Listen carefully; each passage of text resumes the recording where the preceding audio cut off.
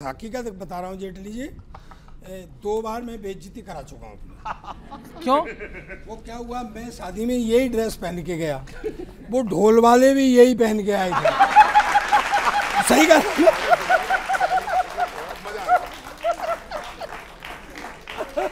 फिर क्या हुआ? फिर क्या हुआ? फिर क्या हुआ, वो मैं वहाँ घूम रहा था, बोले ओए तेरा ढोल कहाँ है। जैसे ही केजरीवाल ने पैर रखा जेल में, कमाल, जैसे ही केजरीवाल ने पैर रखा जेल में तो हंगामा हो गया पूरी जेल में। हंगामा हो गया पूरी जेल में। सारे कैदी सदमा खा गए, सारे कैदी सदमा खा गए। जो पीएम बनने की जुगाड़ में थे वो 8 PM में अंदर आ गए।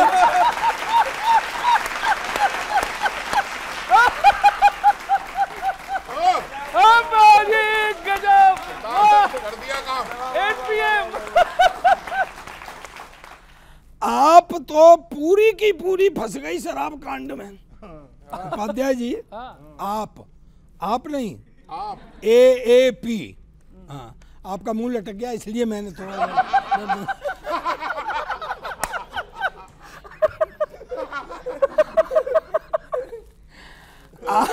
आप तो पूरी फंस गई शराब कांड में। क्यों भाई? ये अंदर अलग अलग ब्रांड में गए या एक ही ब्रांड में?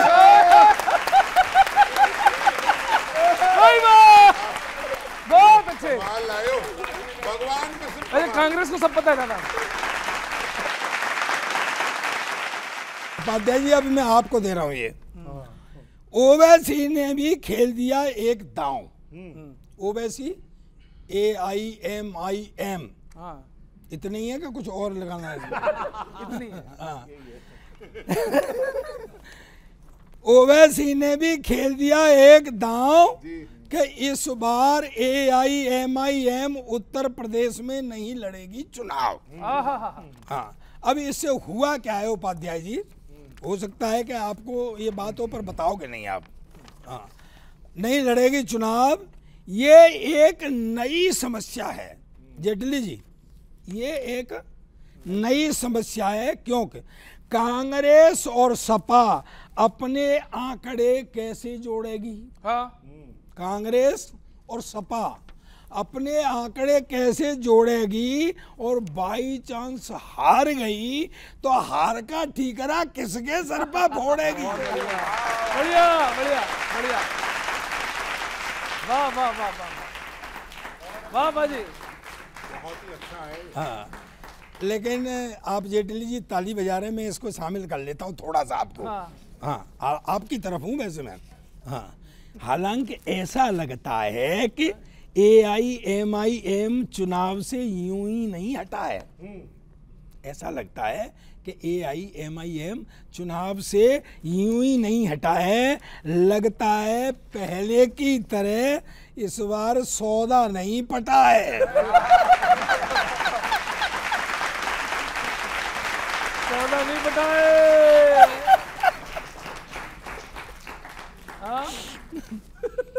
इस तरह कैसे जागेंगे भाग? यहाँ तो अपनी अपनी ढपली, अपना अपना राग, अपना अपना राग, बच्चे बोलेंगे इस बात को। यहाँ तो यहाँ पर कैसे जागेंगे भाग? यहाँ तो अपनी अपनी ढपली, सबका अलग अभिनय है। यदि ऐसे ही बिखरे रहे तो इस बार भी हारना तय है। वाह वाह। ओवैसी के यूपी में न होने से तो फायदा हो जाएगा आपको। देखिए, ओवैसी के आने से नहीं आने से किसको लाभ और किसको हानि होती है सरदार जी ने कह दिया।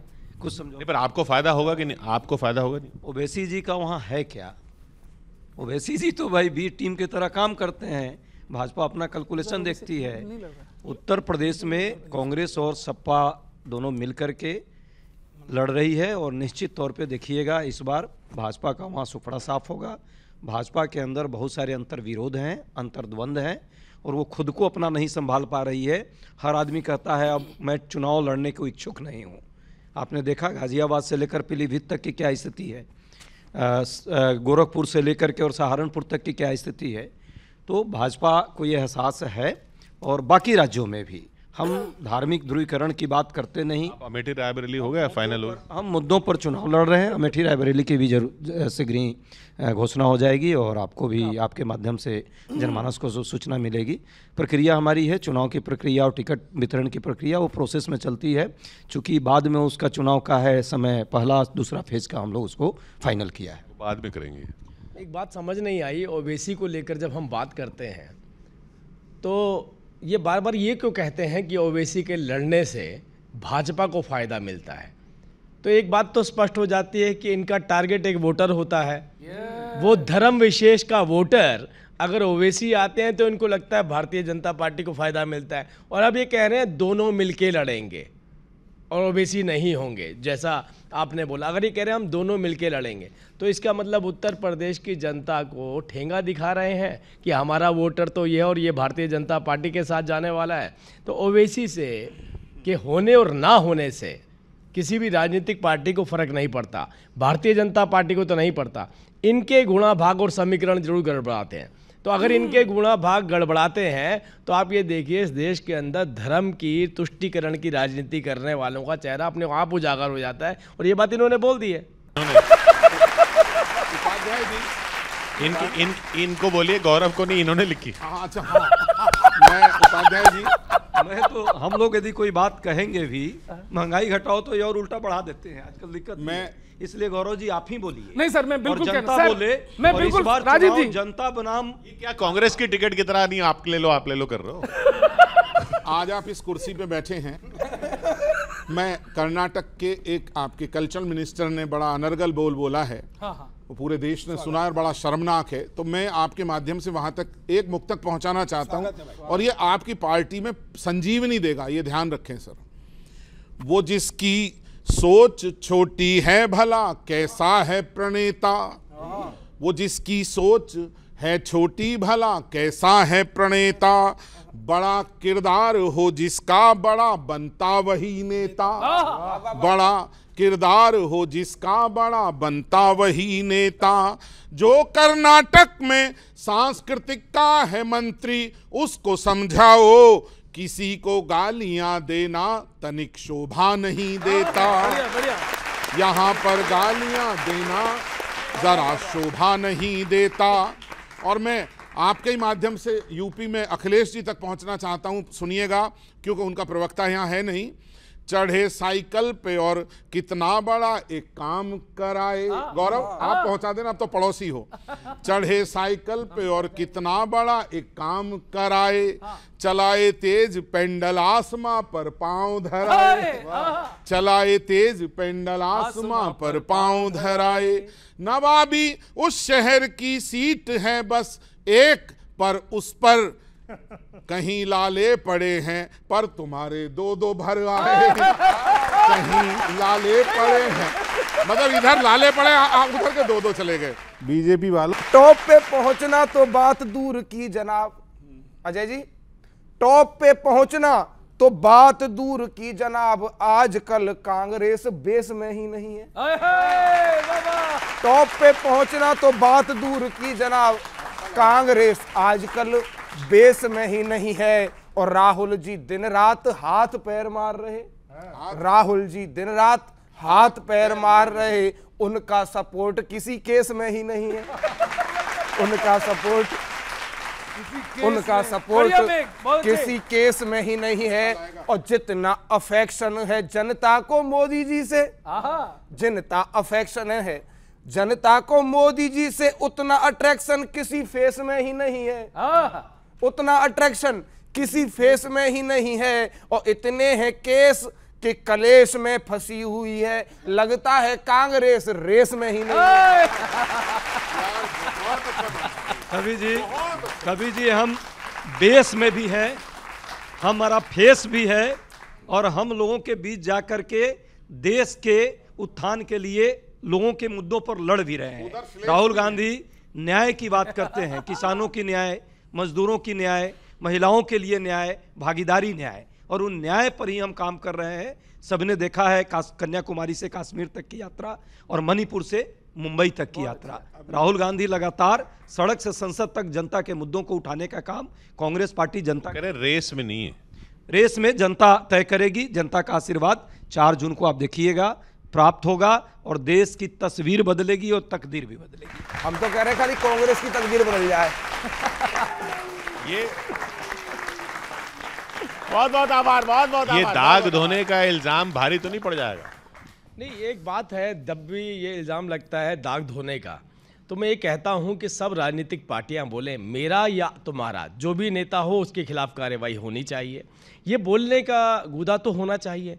ये क्या बोलेंगे? अगर राहुल गांधी कल्प्रिट है तो जेल की सलाखों के पीछे जाने चाहिए। मैं बोलता हूं चाहे भारतीय जनता पार्टी में अगर कोई कल्प्रिट है तो जेल की सलाखों के पीछे जाना चाहिए। क्या ये बोलने की हिम्मत रखेंगे? क्या लालू प्रसाद यादव जी के लिए उनकी पार्टी के कार्यकर्ता बोलेंगे अगर हमारे नेता भ्रष्टाचारी हैं और कार्रवाई बनती है तो सलाखों के पीछे जाए? ये नहीं बोल सकते और हम बोल सकते। ये फ़र्क है कि भ्रष्टाचार की जो नीति है वो शीर्ष नेतृत्व से शुरू होती है और वो नीचे तक जाती है। वो परंपरा बन चुकी है और इस परंपरा को ख़त्म करना है। इसीलिए कोई भी एजेंसी इस देश की होगी वो अपना काम करेगी और आपके कहने से वो काम करना बंद नहीं कर देगी। वो अपना काम करेगी, तभी ये जनता हमारे साथ रहेगी। यही अरविंद केजरीवाल, आप कल्पना कीजिए, आप लोग यदि वो बीजेपी के गोद में चले जाते तो क्या वो जेल जाते? क्या यही हेमंत सोरेन यदि बीजेपी के गोद में होते तो क्या आज वो जेल जाते? कतई नहीं। यही दोहरापन है। अब भ्रष्टाचार पर झूठा दिखावा और झूठा लड़ाई है। विपक्षियों को पर भ्रष्टाचार का आपने प्रेस कॉन्फ्रेंस करके इल्जाम लगाया केजरीवाल पर इसी केस में। चुनाव के पूर्व कांग्रेस पार्टी का खाता फ्रीज कर दीजिए। इलेक्ट्रोल बॉन्ड पर अनाप शनाप पैसा जबरदस्ती ले लीजिए। जिस शराब कंपनी की बात आप कर रहे हैं, क्यों नहीं भाजपा का खाता क्यों नहीं फ्रीज होना चाहिए? उसी कंपनी ने जिस पर अरविंद केजरीवाल को आप अंदर कर रहे हैं, उसी कंपनी ने आपको जो शरद चंद रेड्डी जो है वो पैसा दिया है, उस पर क्या हो गई? क्यों नहीं करवाई होती? आपके घरों के बाहर अगर ईडी आ जाए तो आप घबराते हैं क्या? आपको डर लगता है? नहीं लगता। अब वो पता भी नहीं होगा कौन है ये। आप तो पूछोगे एड्रेस पूछ रहे हैं क्या? लेकिन वही आदमी डरेगा जिसे मालूम है मेरे घर के अंदर ऐसा सामान पड़ा है, अगर वो उजागर हो गया तो मैं सलाखों के पीछे जा सकता हूँ। तो मैं केवल एक ही बात बोल रहा हूँ कि आज ये दम केवल भारतीय जनता पार्टी में है कहने का कि अगर कोई गुनहगार है तो सलाखों के पीछे जाए। और मैं, आप अपने हाथ में लेकर राहुल गांधी जी को अंदर कर दीजिए, आप अपने हाथ में ले लीजिए। आप वो काम करेंगे नहीं तो आप वो काम करेंगे नहीं, इसलिए हम कर रहे हैं, क्योंकि हम इसलिए कर रहे हैं क्योंकि हमारे साथ हैं। ये हमारा साथ देंगे तो ईडी एक्टिव होगी। और अगर ये हमारे साथ भी रहे हैं 70 साल, 60 साल हमारे साथ भी ये रहे हैं। देश की जनता रही है और देश की जनता देख रही है कि लोकतंत्र में बदलापुर की राजनीति कौन करता है। अगर नहीं रहे होते तो हम 400 थोड़ी बोल रहे होते। ये रहे आपके साथ, इसीलिए हम कॉन्फिडेंट है कि अब 400 पार जा रहे हैं। ये आपका अहंकार बोल रहा है जेटली। आपने अभी कहा ना इधर इशारा करके कि आपके यहाँ ईडी आ जाए तो आप क्या करेंगे? मेरा ईडी कुछ नहीं बिगाड़ सकती। मैं 1 सेकंड में मैं आपके द्वार के सामने खड़ा हो जाऊंगा।